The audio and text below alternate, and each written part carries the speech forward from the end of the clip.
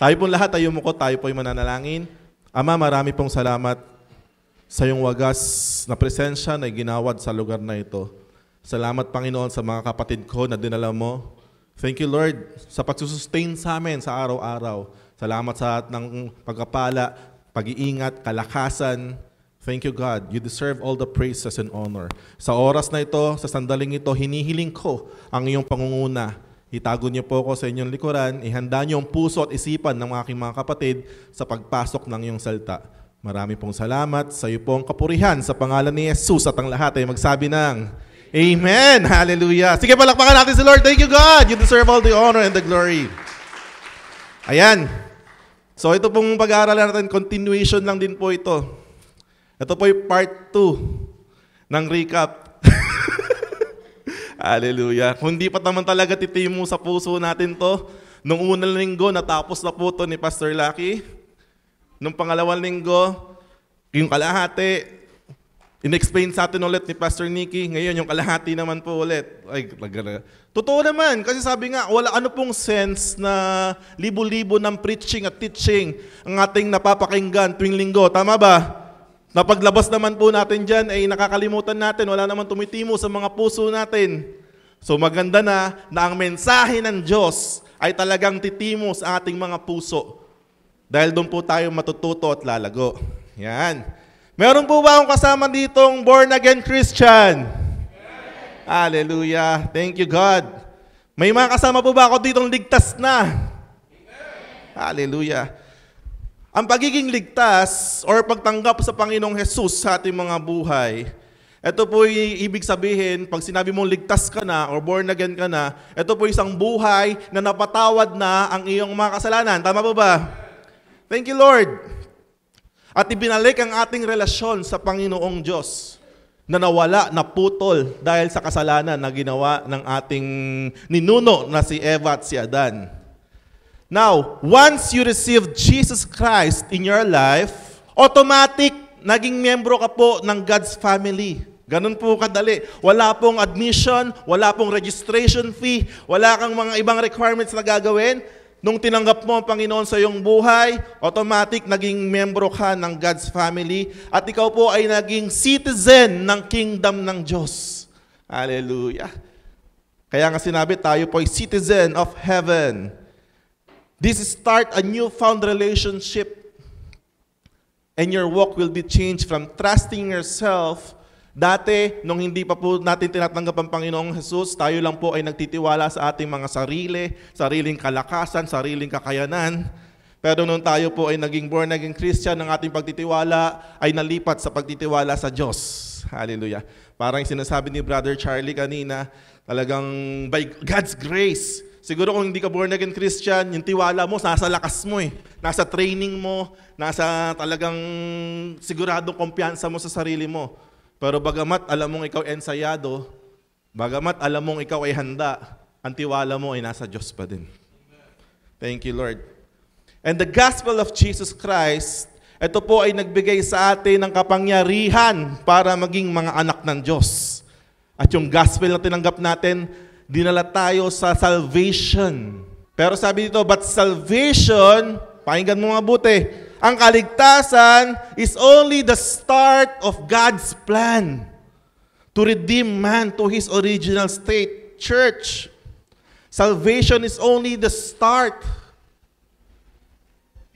Sad to say, aminado tayong lahat, even kami mga pastor, ako 17 years na po akong Kristiyano, talagang inaamin ko na minsan naging ganyan din po ako.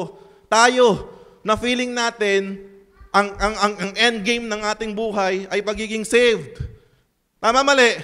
Parang yun, doon na lang tayo proud that I am a born again Christian, I am a saved Christian, salvation ay nasa akin na. And we all stop there from being just saved.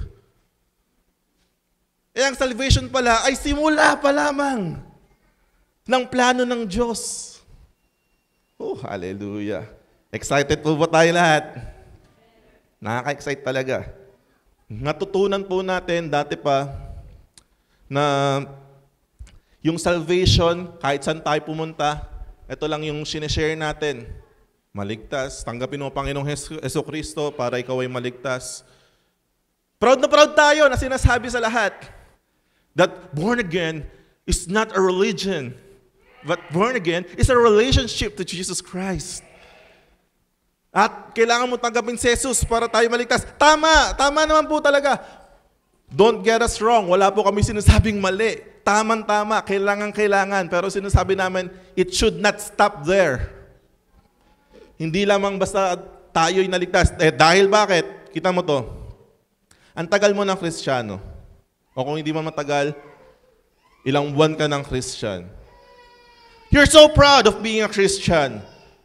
Lahat ng ginagawa mo talagang maka-Christian. Nagsisimba ka tuwing linggo, nag-offer ka ng tithes and offering, nagbabasa ka ng Bible, nagpe-pray ka, nakikinig ka ng Christian song. Pero sa kabila ng lahat, ang iyong isipan ay punong-puno pa rin ng mga struggles. Punong-puno pa rin ng mga failures. Punong-puno pa rin ng mga pagdududa. Punong-puno pa rin ng takot. Punong-puno pa rin ng kung ano mang mga talagang nag-hold back sa'yo. Totoo, tama mali. Ay nako. Ang pagiging Kristiyano natin, bagamat ang tagal na natin Kristiyano, minsan mataas, minsan mababa, minsan ang taas ng pananampalataya, minsan wala. Minsan kaya nating harapin ang buong mundo. Minsan ayaw na nating lumabas sa kwarto natin.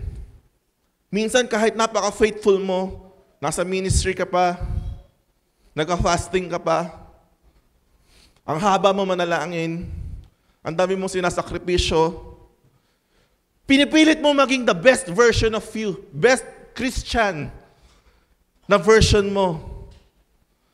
Pero sa dulo, nagre-resulta pa rin ng depression. There are so many depressed Christians. Aminin mo man o hindi. Because of this, you don't have any answer on your situations. Tama, no? Nakakaaning. Ba't ganun, Lord? Kristiyano ako, pero ang hina ako. Kristiyano ako, pero nakakagawa pa rin ako ng kasalanan madalas. At yung kasalanan na nagagawa natin, nagpapalayo sa atin sa relasyon natin sa Diyos. Kini-question natin ang ating pagiging Kristiyano. Minsan tinatanggap na lang natin, ito siguro talagang kalooban ng Diyos para sa akin. Makontento na lang ako kung anong meron sa buhay ko, kahit gaano kahirap, kahit gaano ka-failure. Basta umaasa ako na pagdating ng Panginoong Jesus, tatanggapin ko siya, kukuhanin niya ako, dadalhin niya ako sa langit. Andun na lang, nakafocus na lang siya sa pagdating ni Lord. Nakafocus na lang siya sa pagpunta sa langit. Ba't hindi mo na lang ipag-pray na kunin ka na ngayon? Hanggat hindi pa tayo kinukuha ng Panginoong Jesus, ng Panginoong Diyos, hindi pa tayo dumarating sa ating kamatayan o hindi pa bumabalik ang Panginoong Jesus. Ibig sabihin po, meron po talaga tayong dapat gawin at lakaran. Tama mali? Hallelujah. Thank you, Jesus. We're always teaching salvation every time we speak about God. Buti nga sana kung ganun eh. Hindi nga natin kayang ipagmalaki ang ating Panginoon Diyos. Pero sabihin na natin na oo, ganun tayo. Na talagang kahit saan tayo pumunta, we speak about God. Halos lahat naman ng religion, ganun naman pinag-uusapan. Maraming religion. Even Catholic, they believe in Jesus. Tama mali? Sa Christian lang, ang daming denominations. Ang dami. They all believe in Jesus. Pero alam mo, nakakatuwa dito, si Jesus pala mismo, Jesus himself didn't teach salvation. He preached it. He declared salvation. Alam na natin yung difference ng teaching at preaching. Sinare ni Pastor Lucky yun before. Jesus Christ did not teach salvation. He preached it. He declared the salvation. Ay, grabe. Sabi niya sa John 3:3, he emphasized sa John 3:3 na ang pagiging born again daw ay isa po itong desisyon na kailangan gawin ng mga saved na Christian. Sino po yung mga saved na Christian dito? Oh, hallelujah, tayo po yun. Being born again, listen, being born again is the beginning of man's journey back to the life in the kingdom of God. Hallelujah. Beginning, ano po ibig sabihin ng beginning? Simula pa lamang. So we will never stop in the beginning. Tama po ba? Born again means going back to your original creation where God has originally positioned and designed you to be. Sabi nga, ang hirap po kasi sa atin, nasanay po tayo na ang mindset natin sa pagiging born-again Christian natin ay nakasentro lamang doon sa fall of man, doon sa kasalanan, nagkasala kasi ang tao, at sa pagtutubos sa atin, dumating ang Panginoong Jesus. So, good news, nag-focus tayo sa bad news, tapos nasa good news na tayo. Kumbaga doon na lang tayo umikot na tayo'y naligtas na sa kasalanan. Pero sabi nga sa Genesis chapter 1, hindi naman po nauna ang fall. Tama po ba? Hindi fall ang nauna. Ano po yung nauna? The creation. Ang nauna, yung plano ng Diyos sa atin. Ang nauna, yung sinabi that we will have dominion over the rest of the creation. This is the original plan of God. That's why He created mankind. For us to extend His kingdom here on earth as it is in heaven. That's the original plan of God. It just so happened na nagkaroon talaga ng bad news na yun nga, that the man nagkasala. Nagkaroon lang talaga ng bad news. Kaya naputol the authority and the dominion that was supposed to be nasa tao, nanakaw ni Satanas. Yung pamamahala na dapat ay nasa atin, yung kapangyarihan na dapat ay nasa atin, nanakaw ni Satanas. Ngayon, pinadala ng Panginoong Jesus, hallelujah, thank you God, thank you talaga. Pinadala ang kaisa-isang anak na si Jesucristo. Nagkatawang taong katulad natin. Because the first Adam failed. So that the second Adam, the second na pinadala, hindi siya nag-fail. And thank you Lord, dahil hindi nag-fail si Jesus Christ, He won over the death. The victory ay nasa Kanya. And ginuha niyang muli yung authority, yung dominion na ninakaw na ni Satanas, nasa Panginoong Jesus na muli. At itong dominion and authority na to ay ibinabalik sa bawat isa na nakipag-isa sa Panginoong Jesus. Palakpakan natin Panginoon dyan. Thank you Lord! So, kailangan alam na alam po natin yon. Kaya marami pong Christian talagang yung kanina na failure, depressed, bad trip. Kasi hindi nila alam talaga kung anong nagaganap. Inosente sa totoong nangyayari. Akala lang nila basta ang pagiging born-again Christian is basta tanggapin ko si Lord, saved na ako, para mamatay man ako, dumating man si Lord, sa langit punta ko. Eh paano nga kung hindi ka pa namamatay?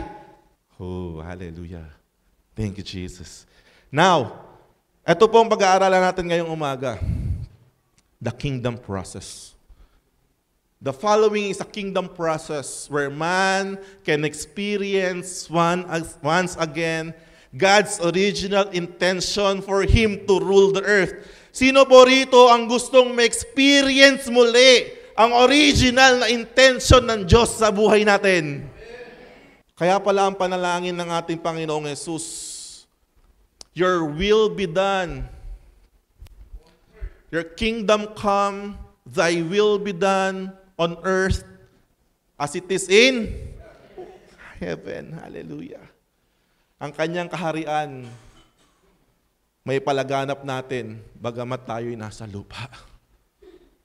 Gusto ko yung mindset ni Brother Charlie. Totoo. We carry the name of our God.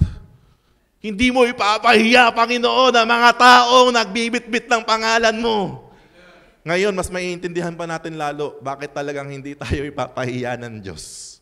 So ito, pag-uusapan po natin yung proseso sa kingdom ng Diyos. Sabi po sa John chapter 14 verse 6, Jesus told him, I am the way, the truth, and the life. No one can come to the Father except through me. Hallelujah. Kabisado natin yan kahit nakapikit, kahit tulog. Tama? May kanta pa nga tayo dyan, diba? You are the way, the truth, and the...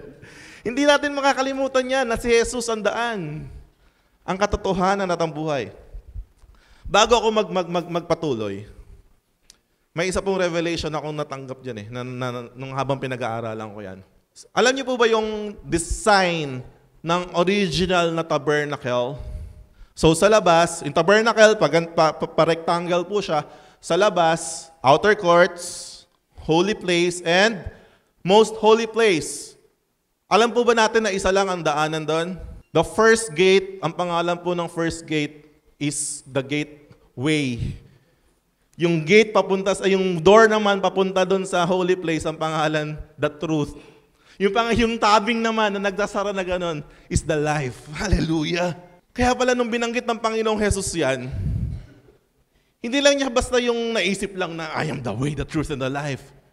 Sinasabi niya mismo, even sa tabernacle pa lang, iisa ang daan papunta doon sa most holy place kung nasaan andon ang presensya ng Panginoon Diyos. So tingnan po natin, let's dive in.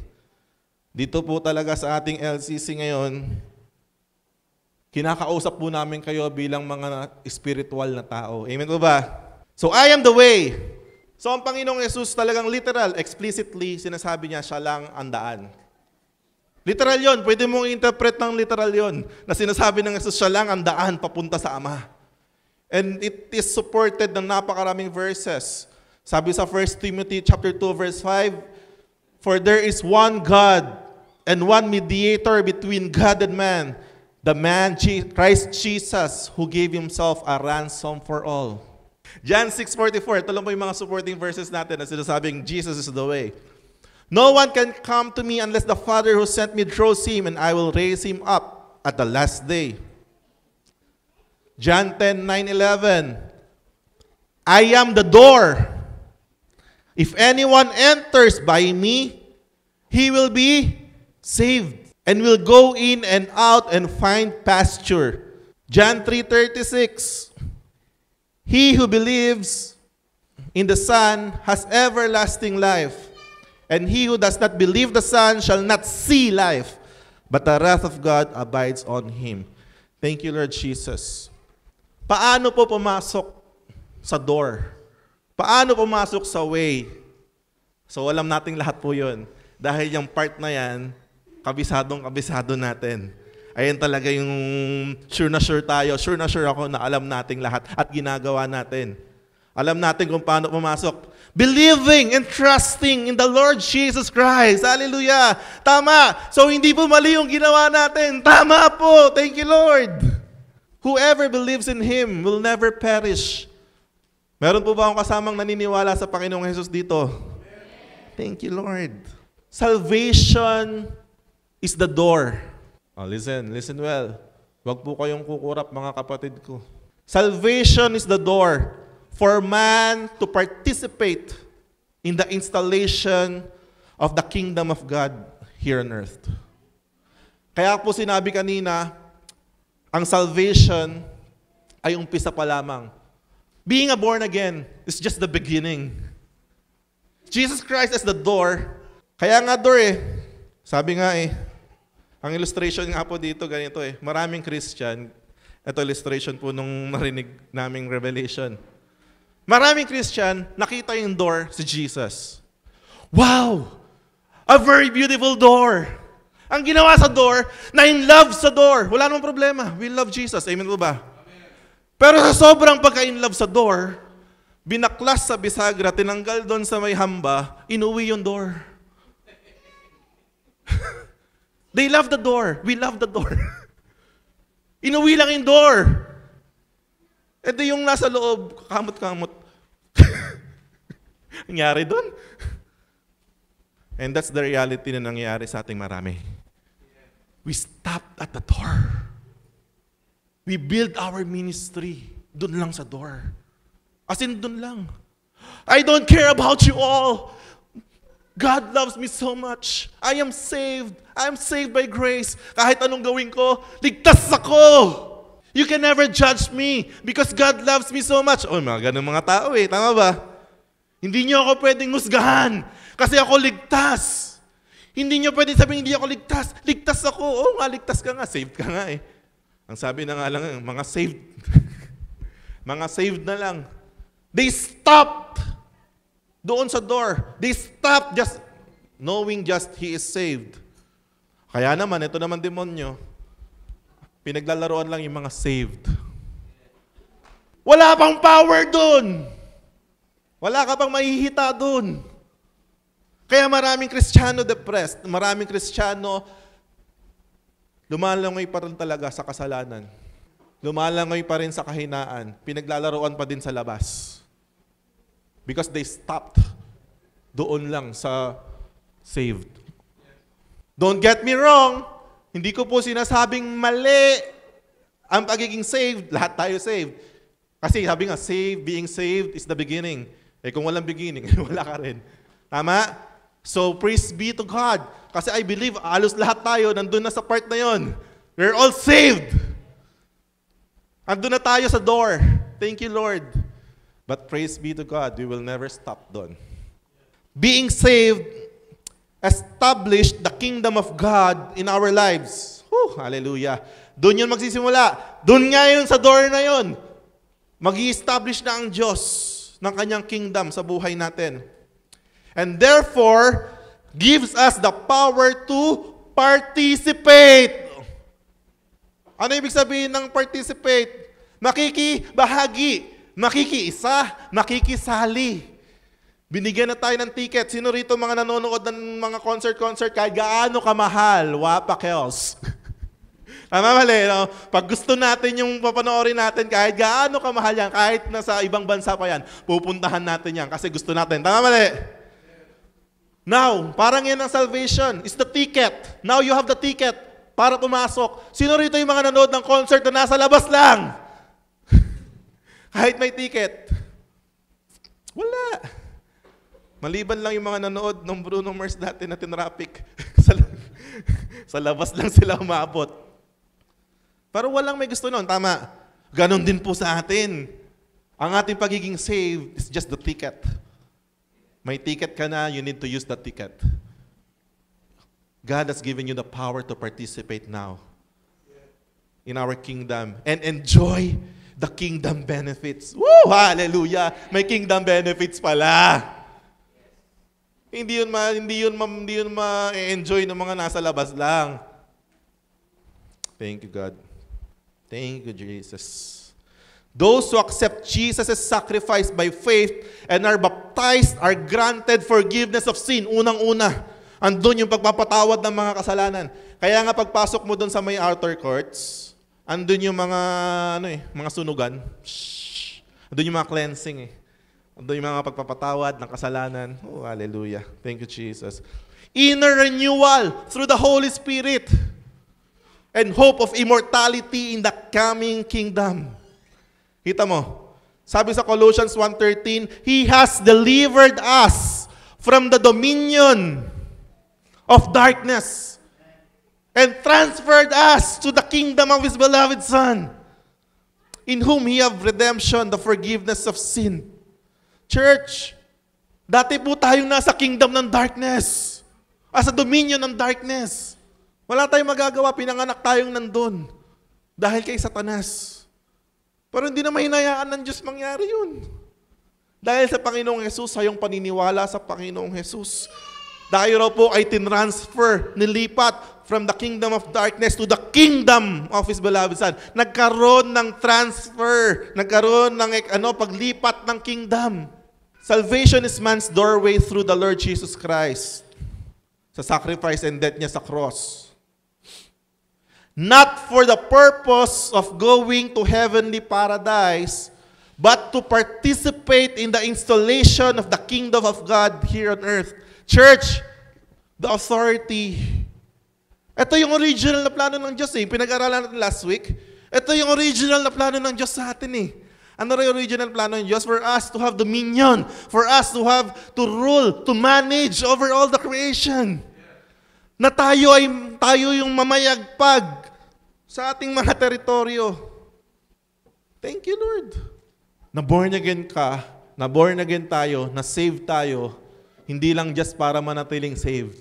Tayo ay na born again para ipagpatuloy yung original na plano ng Diyos sa buhay natin. Kailangan alam mo yan. Sabi mo sa katabi mo, dapat alam mo yan.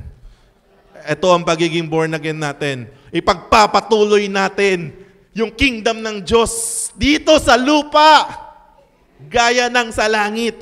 Woo! Pwede ba yun? Hindi. Pwede yun. Dahil sabi ng Panginoong Jesus sa Matthew chapter 28 verse 18, all authority has been given to me. Binigay kay Jesus ang lahat ng kapangyarihan. Hallelujah. Hallelujah. Ang sabi sa Revelations 3 verse 20, Behold, I am standing. Behold, I stand at the door and knock. If any man hear my voice and open the door, I will come to him. Sabi sa John 10 verse 9, I am the door. By me, if any man enter, he shall be saved, and shall go in and out and find pasture. Hallelujah. Sabi mo nga sa katabi mo, pumasok ka na. On this aspect, man is saved and becomes a citizen of the kingdom of God. So listen guys, church, Christians, tayo po ay mga citizen na ng kingdom. Nung tinanggap natin. Pagkatanggap mo kay Jesus, pagpasok mo sa door, we became citizen of the kingdom of God.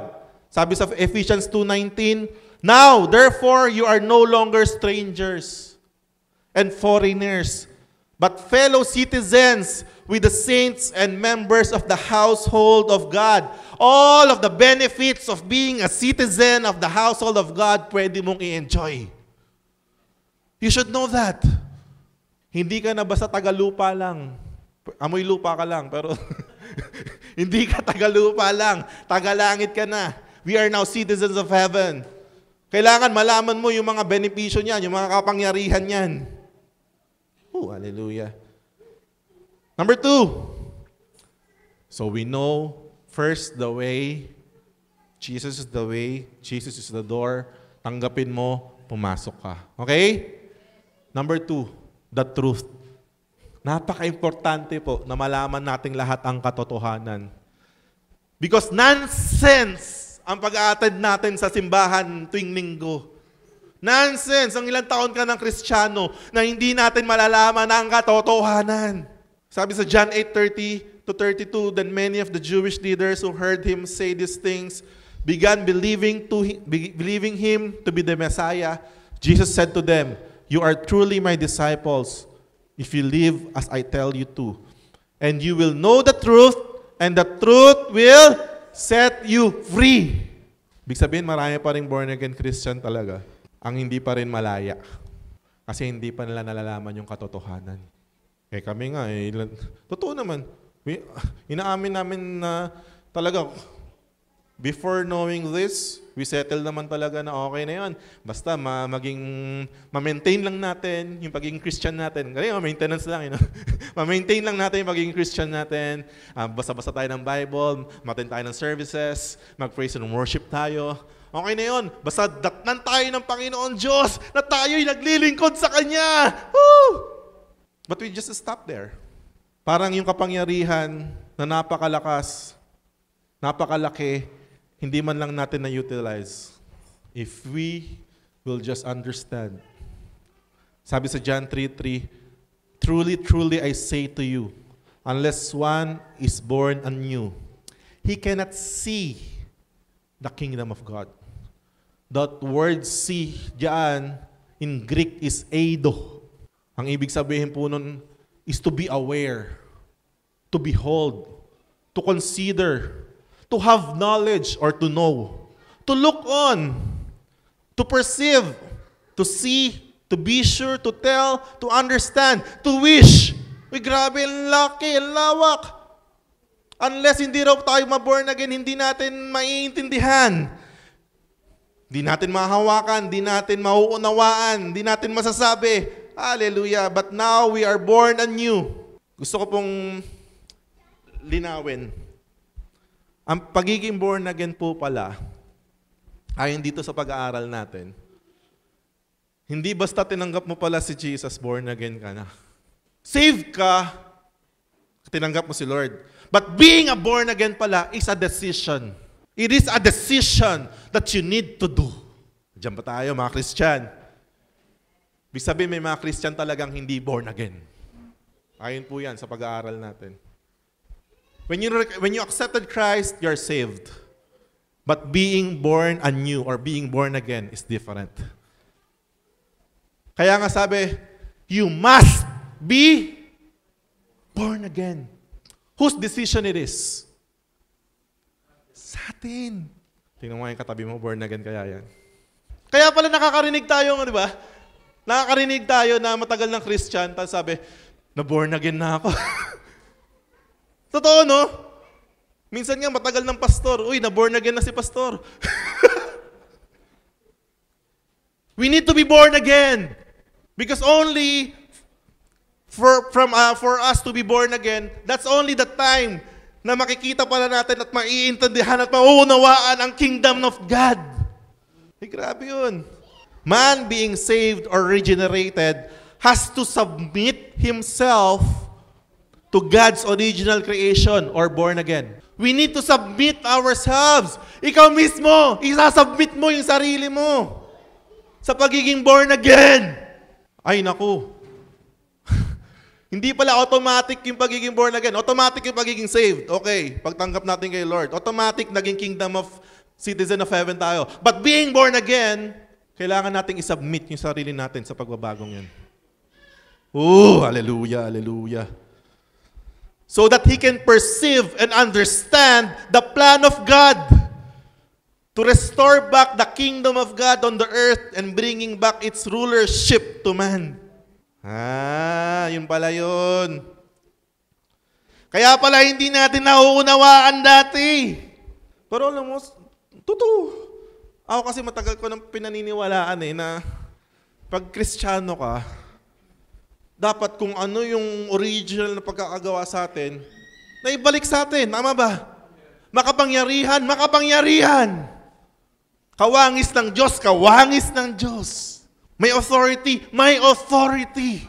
Kaya nga sabi ko dati ang prayer natin dati, pag may mga sakit yung anak natin, Ama, maawa ka na please, pagalingin mo po yung anak ko. Ama, please, maawa ka, sana po ganito, sana po ganyan. Alam mo, understanding this, hindi mo kailangan magmakaawa pala eh. Kailangan mo mag-declare. In Jesus' name, sakit, lumayas ka sa katawan ng anak ko. Wala kang karapatan sa kanyang katawan. Poverty, lumayas ka sa pamilyang ito. Ay, nako. Because you have the authority.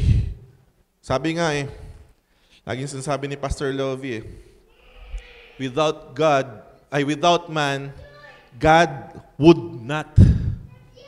Without God, man cannot. Hindi natin kaya without God. But without man, God would not. Meaning to say, kung ano nangyayari sa buhay mo ngayon, it is because you allowed it to happen to you. Because whatever you bind here on earth will be bound in heaven. Whatever you loose on earth will be loosed in heaven. So pwede mong diktahan yan. Kahirapan, hindi kita tinatanggap sa pamilya ko, lumayas ka. Depression, sakit, addiction, whatever, I do not accept you, I bind you, and I cast you out. You can command it. Thank you, God. Paano gawin yan? Doon naman papasok yung kailangan natin magkaroon ng childlike faith. Ay, nako. Huwag yung isipin nung sinabi ng God na kailangan natin maging little children is kailangan maging muwang-muwang tayong walang kamangwang. Maging little children in faith.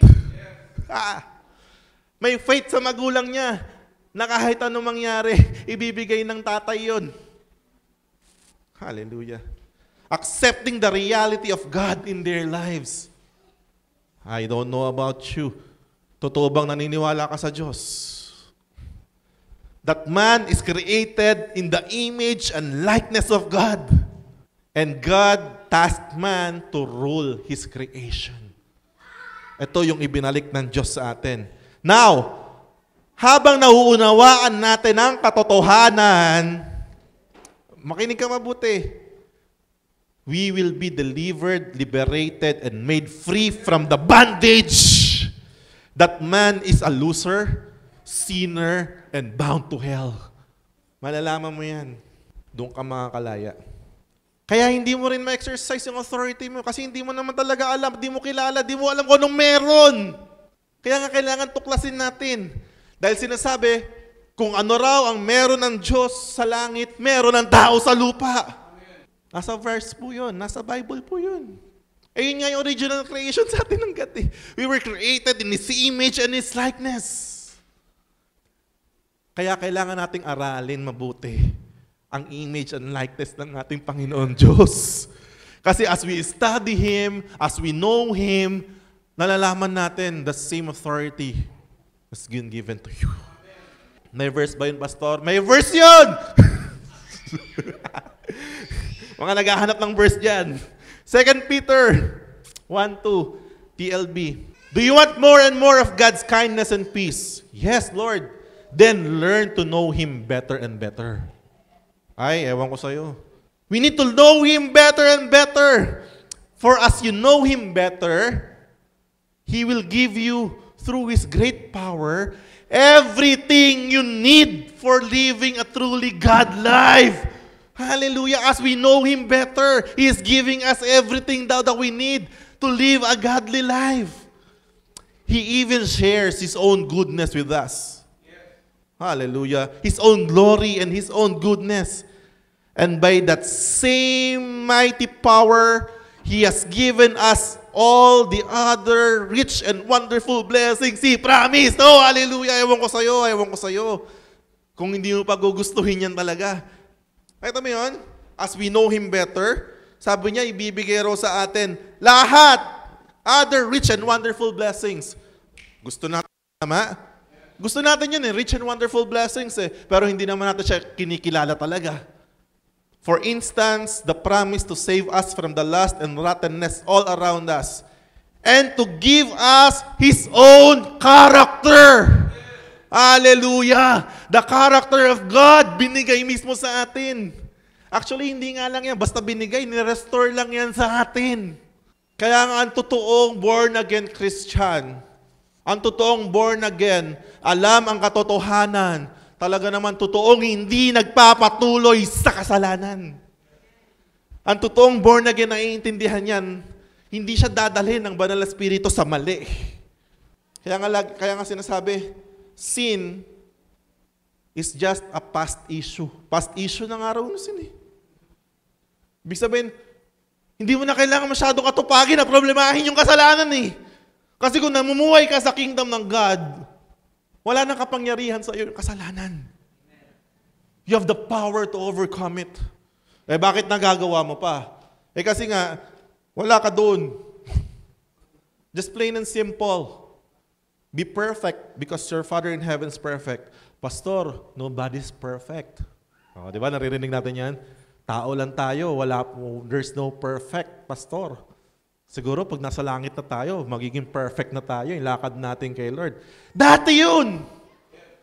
But when God restored unto us the original creation sa atin, you can be perfect as your Father in heaven is perfect. Ay nako. Ayaw mo lang tanggapin kasi ayaw mong bitawan. Ayaw mo lang tanggapin kasi may ayaw kang bitawan. So, salvation is the start of man's journey to restored life. It's just the start. Kaya maraming Christian nandun lang sa starting line pa rin hindi pa maalagwa. 10 years na, nandun pa rin sa starting line. Salvation is the start of man's journey to restored life in Jesus Christ. And man needs to continually understand and know the kingdom of God and its King. Continually, ito yung dapat natin ginagawa araw-araw ng walang patid. Kinikilala pa natin ang ating hari. Jesus Christ, who was appointed by the Father to restore all things. Kailangan nating makilala. Thank you, God. Man has to understand the concepts and principle of the kingdom of God. Kailangan po talaga nating maintindihan. We need to submit ourselves. Kailangan daw po nating isuko ang ating mga democratic mindset to the kingdom mindset. Anong meron sa democratic mindset? Kita mo yung mga democratic country. Anong meron sa mga mindset ng tao dyan? Everyone is feeling entitled. Mali. In a democracy, everyone is feeling entitled. In a democracy, kapag hindi nila nagustuhan yung pamamalakad ng mga namumuno, nagre-rebelde, nagrarally. Kasi people's power yun So gusto lang, sa amin ang kapangyarihan. Doon tayo nasanay na gusto natin gawin yung gusto natin gawin. Now we need to surrender our democratic mindset And we need to surrender it para magkaroon tayo ng kingdom mindset where Jesus is king and whatever the king says, the ruler follows through. Kung anong sinabi ng hari, hindi nga sinabi mga simpleng mamamayan. Rulers! And who are the rulers? Kita mo, sino yung ruler? Understanding the concepts and principle of the king and his kingdom will set man on the truth whereby he is set to become a ruler.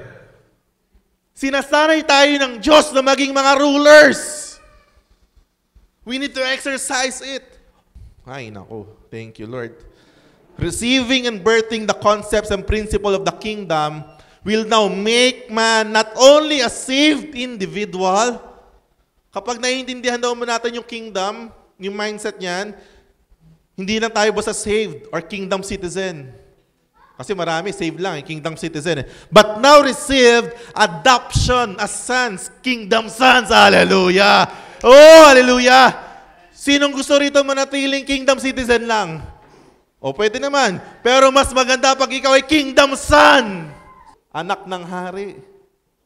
Thank you, Lord. Ito yung pinag-aaralan natin nakaraan. Yung tinuro ni Pastor Nicky before, yung stages ng Christian life.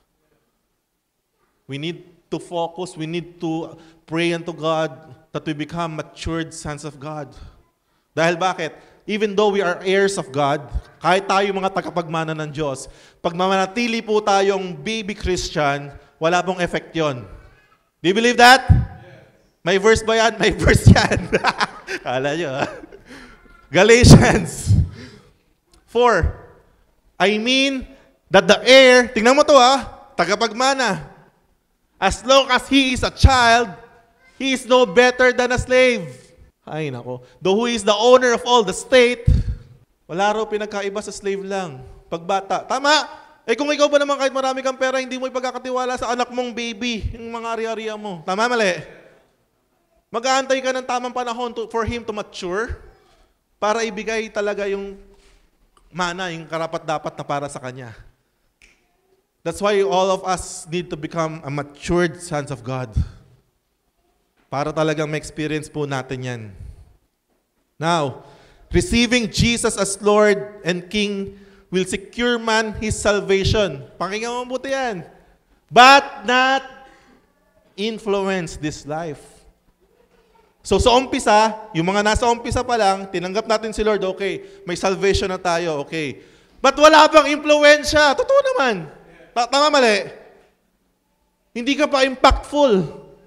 Saved Christian ka na, pero wala pa rin. Wala pa rin Talagang until we become matured Christian, nagkakaroon na tayo ng influence. Kita mo, yung mga saved pa lang, mga baby Christian pa lang, hindi nila naiintindihan yung mga karapatan nila, hindi nila kaya mag-declare, hindi nila kayang... So in knowing this, knowing who you are, knowing your rights, your blood-bought right, the more you know, the more it will happen to your life, and the more confidence magkakaroon ka to exercise it in the kingdom of God. Thank you, Lord. Punta na po ako sa number 3. The life. Sabi ni Jesus Christ, my purpose is to give life in all its fullness. Ay, totoo naman. Ay, tingnan mo to. Christian ka. Kristiyano ka. Pero ikaw yung Christian na nabubuhay sa negatibong pag-iisip. Christian na laging walang pera. Christian na laging malungkot. Christian na laging may sakit. Christian na laging nagkakasala. Christian, hindi mo tatawagin buhay yun. Totoo mali? Ang gusto ng Diyos sa atin, ma-experience natin yung buhay. Totoong buhay. Romans 5:17, because of one man's trespass, death reigned through that one man, kay Adam yan, much more will those who receive the abundance of grace and the free gift of righteousness reign in life through the one man, Jesus Christ. Ito po, ang totoong tumanggap sa Panginoong Jesus, pumasok, nalaman ng katotohanan, naintindihan ng kanyang karapatan sa kaharian ng Diyos, na ibinalik na sa kanya ang authority and dominion. Totoo na siya ay maghahari sa buhay. You will reign in your life. Dito mag-a-apply yung sinasabing you will become the head and not the tail. You just need to know it. You just need to believe it. We just need to walk on it. knowing the principles of the kingdom. God's original plan for man is to live and demonstrate the power of the abundant life in the kingdom of God here on earth. Ay, nako. Hindi totoo na gusto ng Diyos naghihirap ka. Baka kasi tinanggap mo na lang eh. Hindi. Natural lang na maghirap tayo dito sa mundo. Kasi nasa mundo pa tayo. Huwag kang mag-alala. Pagdating natin sa langit, may bahay tayo doon. Democratic mindset. Being saved and seeing or understanding the kingdom doesn't give man the influence he needs to become a world changer. Hindi pa yon. Ito pa lang. Man has to continually connect himself to the King, to the glory, and receive the authority, the power attributed to him, thus to demonstrate the life of God here on earth. Tayo raw po na nakaintindi noon, kapag lagi po tayo nakakonekta sa ating hari, bibigyan tayo ng kapangyarihan for us to demonstrate the kind of life that God wants for us here on earth. Ang makapangyarihang buhay sa lahat ng aspeto, establishing the kingdom of God through the influence given him. Jesus answered, sabi sa John 3 verse 5, "Truly, truly, I say to you, unless one is born of water and the Spirit, he cannot enter the kingdom of God." So in order to enter the kingdom of God, a person had to submit himself to the original creation. Pangatlong beses na po itong binabanggit. Kailangan nating isubmit talaga yung sarili natin. Ayun yung pagiging born again. To be regenerated by the washing of the word. Pakikinig natin ng salita, nababago po tayo. And renewed with the infilling of the Holy Spirit's power. Ayan po yung sinasabi sa verse na yun. Hindi ka pwedeng Christian na ayaw mo ng Word of God. Tama ba? Because that Word of God, ay ito po talaga ang nagre-regenerate sa atin. Sabi sa Titus chapter 3, verse 4-6, "But when the kindness and the love of God our Savior toward man appeared, not by works of righteousness, which we have done, but according to His mercy He saved us through the washing of regeneration and renewing of the Holy Spirit." Ang nangyari po sa atin talaga, nagkaroon ng regeneration. Alam niyo regeneration? Ang ibig sabihin po dyan, paligenesia sa Greek. Ibig sabihin po niyan ay spiritual rebirth. May pangyayari po wala talagang ganyan. The state or the act of being rebirthed. Or, figuratively speaking, spiritual renovation. Ano pa ibig sabihin ng renovation? Di ba pag may bahay, binili mo, pagpaparenovate mo, babaguhin mo yung itsura, ganyan. May renovation na nangyayari. Ang tanong, nagpaparenovate ka ba? Ay, nako, ewan ko sa'yo. Specifically, messianic restoration. Oh, hallelujah. God is really restoring us. When you are born again, you shift kingdom. Kailangan matutunan mo yan sa buhay natin bilang Kristiyano. Kaya nga sapat na po. Tama na yung panahon ng mga Kristiyano sa LCC ay puro nasa labas lang ng pinto. This is about the time that Christians, pumasok po tayo sa kaalaman, knowing the truth. Sabi sa Colossians 1:13, "Who had delivered us from the power of darkness and had translated," ito binasa natin kanina, "into the kingdom." Ano rin kingdom? Rule, realm, kingdom, power of His dear Son. God supernaturally turns you from the power of Satan to the power of God when you are born again. When you are born again. Wala ka na sa power ni Satanas. Wala nang kapangyarihan ng demonyo sa'yo. Nasa kapangyarihan ka na ng Diyos. Thank you, God. And last, tingnan natin to Luke 4:18-19. At dito po tayo magtatapos. "The Spirit of the Lord is upon me, because He has anointed me to preach good news to the poor. He has sent me to proclaim release to the captives and recovering of sight to the blind, to set at liberty those who are oppressed, to proclaim the acceptable year of the Lord." Church, while being born again is very, very important to each one of us in terms of our personal salvation. Importante po yun. Don't get us wrong, Hindi namin sinasabi, "Pastor, ayaw nyo na pa ng salvation." Hindi po ganun. Ayun nga yung umpisa eh. Hindi ka pwede makapunta sa level 2 kung wala ka level 1. Tama ba? Ayun yung first step natin. We need to be born again. We need to be saved by accepting Jesus Christ. Pero hindi po yun yung end game. Being born again is not the end game. The end game is, number 1, proclaiming the gospel of the kingdom of God on earth. Ito raw po yung end game. Ipoproklama natin ang gospel of the kingdom sa bawat isa. Ay, mantakin mo yan. Kung ang style ng pag-share natin ngayon is sharing the kingdom of God, may kapangyarihan. Tama po ba?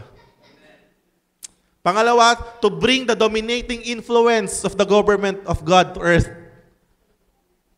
It's about time, Christians. And number 3, to help set the captives free. Only by then, pag talagang may kapangyarihan ka na, pag nasa kingdom ka na ng God. And now, kung naiintindihan na po natin yon lahat, now we can start. The believer is now set to become a ruler in the kingdom of God. Kailangan mong masanay. Dahil sabi, sa pagbabalik ng Panginoong Yesus, tayo po ay kukuhanin. Tama, mali? That, and then, God will establish a new heaven and a new earth. Okay? At magkakaroon ng millennial reign. 1,000 years of reign. Eh kung di ka sanay, mag-rule dito pa lang sa lupa. Pagdating sa millennial reign, ano ka? Mali. Sinasanay po tayo ng Diyos. Sinasanay tayo ng Diyos to exercise, to become rulers in the kingdom. And by then, magagawa na natin yun. Yung sinasabi na to rule and have dominion. So bago pala tayo makapag-rule and have dominion, kailangan maintindihan muna natin. Tama, mali? Sabi sa Psalms 8:6, you have put Him in charge of everything you made. Everything is put under His authority. Thank you, God. Nawa, mga kapatid, hindi pa po dito nagtatapos to. Alam nyo ba, chapter 1 pa lang po to. Totoo. Din saya, di ba, nakaka-excite? Kasi we are all learning. And in this learning, nakapansin nyo ba, merong spark ng Holy Spirit talaga. Na parang talagang gusto ng Spirit na maintindihan natin ng gusto. Kaya nga, wag po tayong bibitaw, wag tayong kukurap. Karapatan natin na maintindihan at maunawaan ang kabuuan ng kaharian ng Diyos. Hallelujah. Palakpakan po natin, Lord. Thank you, God. Let's pray. Father God in heaven, Lord, we thank you, Lord, for these teachings that you have given us today. For us to fully understand the kingdom of God, O Lord. Na hindi lang po pala dapat kaming manatili sa labas, being saved. We need to submit ourselves to become born again, O Lord, sa iyong kingdom. To submit ourselves to your original intended purpose, Panginoon. Lord, I pray sa bawat isa na nakapakinig ng iyong salita. Magkaroon po kami ng desire, Lord, to know you more and more, better and better, O Lord. For us to see and to perceive, O God, kung ano po talaga ang mga karapatan na binigay niyo po sa amin, na kapangyarihan, na authority, na ipinanalo mo, Panginoon, na ibinabahagi mo sa bawat isa. Marami pong salamat, O Diyos. Thank you, Lord, for these revelations. I pray, Lord, sa mga susunod pa namin pag-aaral, bigyan mo ng desire, mga kapatid ko, na tuluyan pa, O Lord, na maintindihan at maunawaan ng lahat ng bagay tungkol sa iyong kaharian. Marami pong salamat sa iyo pong lahat ng papurit pagsamba. Sa pangalan ni Jesus at ang lahat ay magsabi ng Amen. To God be the glory po. Thank you, Jesus.